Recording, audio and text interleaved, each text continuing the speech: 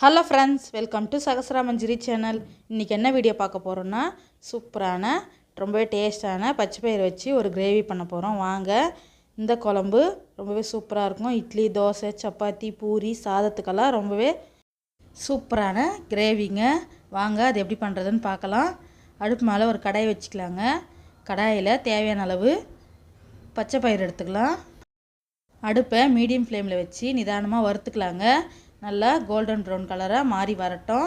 அப்போ தான் சீக்கிரமாக வேகும். இந்த மாதிரி வறுத்து எடுத்துக்கின்னு அடுப்பு மேலே பாத்திரத்தில் தண்ணி வச்சுக்கலாங்க.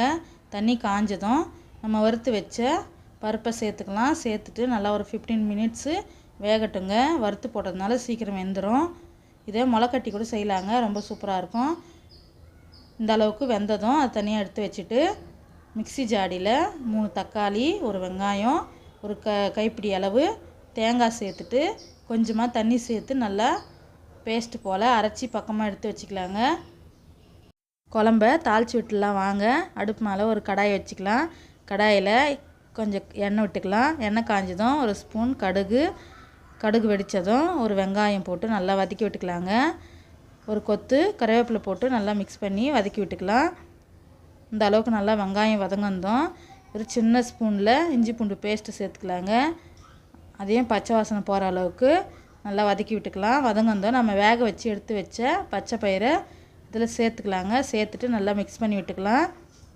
2 நிமிஷம் அப்படியே எண்ணெயிலே வதங்கட்டுங்க. வதங்கந்தோம் இப்போ நாம் அரைச்சி வச்ச தேங்காய், தக்காளி விழுதை இதில் சேர்த்துக்கலாங்க. சேர்த்துட்டு நல்லா மிக்ஸ் பண்ணி விட்டுக்கலாம். மிக்ஸி ஜாடி அலசி அந்த தண்ணியை சேர்த்துக்கலாங்க. சேர்த்துட்டு 1/2 ஸ்பூன் மஞ்சள் தூள் சேர்த்துக்கலாங்க. காரத்துக்காக 1 ஸ்பூன் மிளகாத்தூள் சேர்த்துக்கலாம். குழம்புக்கு தேவையான அளவு உப்பு சேர்த்துக்கலாங்க. நான் ஒரு 1/2 ஸ்பூன் சேர்த்துக்கிறேன். சேர்த்துட்டு நல்லா மிக்ஸ் பண்ணி விட்டுக்கலாம். மிக்ஸ் பண்ணி விட்டுட்டு குழம்புக்கு தேவையான அளவு தண்ணி விட்டு ஒரு பிளேட் போட்டு மூடி வச்சு ஒரு 7-8 நிமிஷம் கொதிக்க விடலாங்க. 7-8 நிமிஷம் கழித்து பார்த்தா நல்லா குழம்பு நல்லா சுண்டி வந்திருக்கும். கடைசியாக கொஞ்சமாக கொத்தமல்லி தலையை தூவி நல்லா 2 நிமிஷம் அப்படியே சிம்மிலே கொதிக்கட்டும்னு இறக்கிடலாங்க. ரொம்பவே சூப்பரான டேஸ்டியான பச்சை பயிறு குழம்பு ரெடிங்க. இந்த டைப்பில் நீங்களும் ஒரு தடவை ட்ரை பண்ணி பாருங்கள். உங்களுக்கும் சூப்பராக வரும். இந்த டேஸ்ட்டு உங்களுக்கும் பிடிக்குங்க.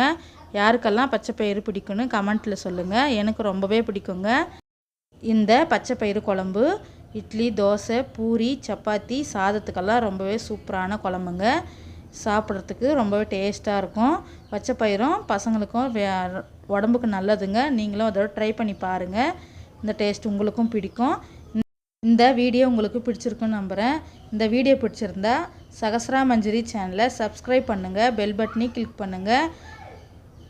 மறக்காமல் ஃப்ரெண்ட்ஸ் அண்ட் ஃபேமிலிக்கு ஷேர் பண்ணி விடுங்க ஃப்ரெண்ட்ஸ். இந்த மாதிரி இன்ட்ரெஸ்டான வீடியோ உங்களுக்கு பார்க்கணுன்னா சகஸ்ரா மஞ்சரி சேனலை கண்டினியூவாக வாட்ச் பண்ணுங்கள். வாங்க ஃப்ரெண்ட்ஸ் சாப்பிட்லாம். இந்த பச்சை பயிறு குழம்பு சுட சுட சாதம் 2 அப்பளம் வச்சுன்னு சாப்பிட்டா ரொம்பவே டேஸ்ட்டு சூப்பராக இருக்குங்க. Thank you friends. பாய்.